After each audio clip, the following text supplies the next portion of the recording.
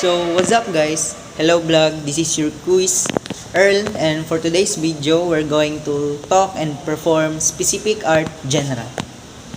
So, there are so many genre and arts, guys, right?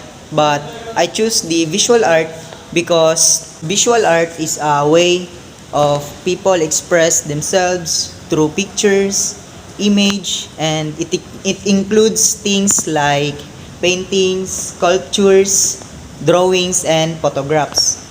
So, artists may use colors, shapes, forms to communicate ideas, feelings, or stories to others. It's a way to show the world how they see and interpret things around them. So, quick trivia guys. So, the earliest forms of visual art are found in cave paintings and sculptures created by early humans. So now guys, we're gonna draw my favorite phenomena on Earth, which is Aurora Borealis or Northern Lights. So what are we waiting for? Let's start! Before we proceed, we should prepare our materials like pencil, paper, and coloring materials.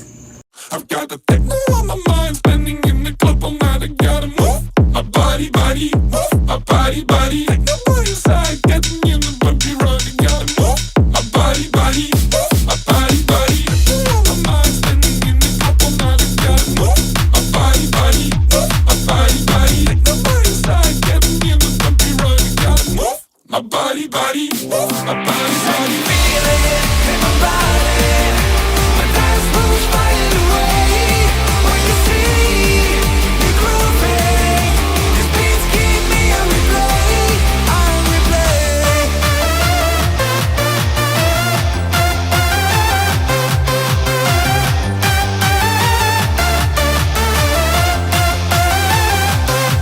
You can see me grooving. These beats keep me on replay. On replay. Almost done guys.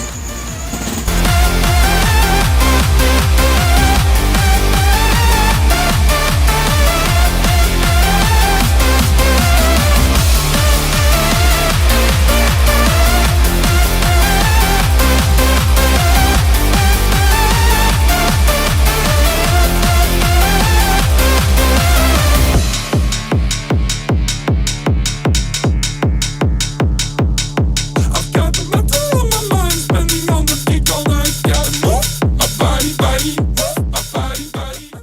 So guys, here is our finished product of visual arts. So I draw this because when I saw Aurora Borealis, it makes myself calm and very amused. It gives me peace and also excitement, and I love staring at it, even in a video or a picture.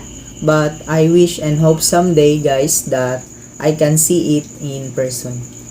So a quick trivia guys, so aurora occur when charged particles like electrons and protons collides with gases in Earth's upper atmosphere.